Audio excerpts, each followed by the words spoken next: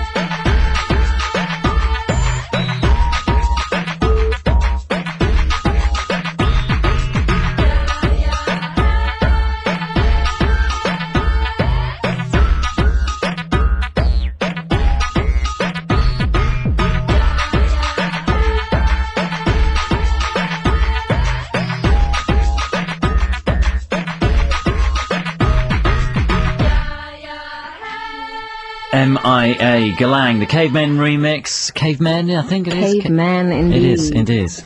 We welcome back M.I.A. to Xposure and XFM. How are you doing? Thank you, John. You alright? You okay? Yeah, I'm fine. What's been going on since we last met? Are you a megastar yet? Well... You're getting there, aren't you? I'm getting there. I did my first show and, you know... Excellent. Where was that? I did it in New York. As you do. As you do. Yeah. Excellent. You know, we're waiting for London, but we just we want to do something special in London, so I thought I'd just go. It was a Fader magazine party and they put me on the cover, so I kind of owed it to them. Right, you thought, oh, well, thanks very much, I'll do the gig. Yeah, it was like, here's a microphone, get out there. And excellent. Like, so how did you do it? I mean, was it just you do it, it was an instrumental? Me and a girl called Cherry, who sort of was freaking out so much she kicked two people in the head. And It was really good. It was just wicked. Yeah, we had a DJ and he played the backing tracks and stuff, and I did just like 3 songs, and it was just amazing. People were screaming and stuff. Excellent. That sounds great. Which songs did you do then? I did Fire, Fire, Sunshine and Galang. But, you know... And the roof blew off. It totally blew off. Excellent. It totally blew off. Oh, I'm jealous now. You could have flown me out to New York to see it. I was looking for you. I was like, where's John? Email me the schedule now. I'm trying to, like, patch him up with this ticket. But, you know, it just couldn't didn't find happen. you. Yeah. That's a shame. I'm sure I'd have been busy. When was that? Was that, how recently was that? That was like 2 weeks ago. Right. Yeah. So has that given you a taste for the live thing? Are you Big eager time. to do I that? didn't realise that I had such a... Yeah, I discovered my inner beast. And, you know, everybody's like, oh my God, that was so punk. Like, we haven't had shit like that since 1977, you know. And then that kind of felt good, you know. So what kind of people were at the Fader party then? I don't know. There was Readers loads of the Fader magazine? Readers of the Faders, and there was loads of press and just loads of, you know, kids that listen to that kind of, you know, they're just people that are into new music and new up and coming things, especially from England and stuff. Everybody is really keen to find out what's going on in London. So it was interesting. Yeah. But, you know, it was really, really screamy. Like, it was good. Yeah. It was really charged. M.I.A. Yeah. That kind of thing. A bit like that. Yeah, it was like, like that. That sounds brilliant. So obviously you're going to have to do that in the UK because we're dying to see you perform live. So I know. I want to do something really good and get everybody down there and just like really party hard. You know. Excellent. But, is it going to be in 2004? It is. It's going to be really, really, really soon. Oh, really? Yeah, really soon. I'm just going to put out... I went to Philadelphia for 2 weeks and worked with this DJ called Diplo. And I did a mixtape, which I'm going to put out, and obviously outside of XL. And then I'm going to put a white label out, you know, while after Galang this is all going on. And yeah, I'm putting Homeboy out as a white label and then putting the mixtape out. Galang comes out, and in that time I should do a gig. Right, like, excellent. Yeah, so it's very soon. So, I mean, Diplo's this guy from the south of the States, isn't he? Is he from the south? I'm trying He's to actually from Philadelphia, but originally from Florida. Right. Because isn't he involved? Because I seem to remember reading an interview recently with, and I felt really ignorant because they were talking about this kind of southern hip hop, mainly from Florida, that's kind of scrunched and crunked or something, and I can't remember the exact terminology. South. How does it work? Do you know the right terminology for me? Well, there's crunk and then there's dirty south. But they were talking about, it was screwed. There's a way of, the way that they treat the tracks, they screw them and they kind of wind them down really, really slowly and kind of change the rhythm. Yeah, that's kind of like what Little John's doing. Right, you know, yeah. That's the thing that he does. I guess he screws his track. Yeah, I mean, it was. And he's doing really well off it, so... Yeah, no, it made me feel really ignorant. Is working for him. I thought, God, I've been unaware of this. And I don't know, I don't even know what screwed means, and I was trying to work it out, but, yeah, now I know a bit more about it. But I knew that within this interview, Diplo seemed to be well aware of this and was very much into that scene and knew about it. He's really good. I mean... You know, I went from going over there, I just got a lot of access into finding out all these underground stuff that's happening in America, which I think can totally be portable to London and vice versa, you know, because he's kind of got his ear to what's going on in London, and he really name checks grime and feeds it to America and stuff. And I think, you know, someone like that kind of is good to support because he's really doing the cross-Atlantic thing, and I think that's probably where I relate to him a lot, because even though I am doing stuff in London and I'm very much part of what's going on in London, I want to borrow and be able to access music that's going on everywhere. And you know, he's really good. Like, he introduced me to like Baltimore Club, like this new thing that's going on, and the reggaeton stuff and, you know, the Brazilian music, the favela funk stuff, and it's just really good. Yeah. Which is all on my mixtape. No, well, I'm looking forward to hearing that. That sounds great. I mean, in a way, I mean, what you do reflects a London-based musical melting pot, and now with one arm reached across the Atlantic, you're kind of dipping into that as well. And I think that obviously what you do should really work for them in the States as well. But also, it's just they're really into that whole borrowing things and making a new thing, which is kind of, I think, what I do. You know, like I do kind of borrow from lots of sounds and then make it into my own thing. And in America, they tend to do that a lot. It just kind of seems like that's like a new way of, you know, doing stuff. So it kind of translates better. Like they understand what I'm doing more and easier kind of thing without having me there or a face for it or, you know, anything to represent it. They kind of still get the sound, which is good and open-minded, you know.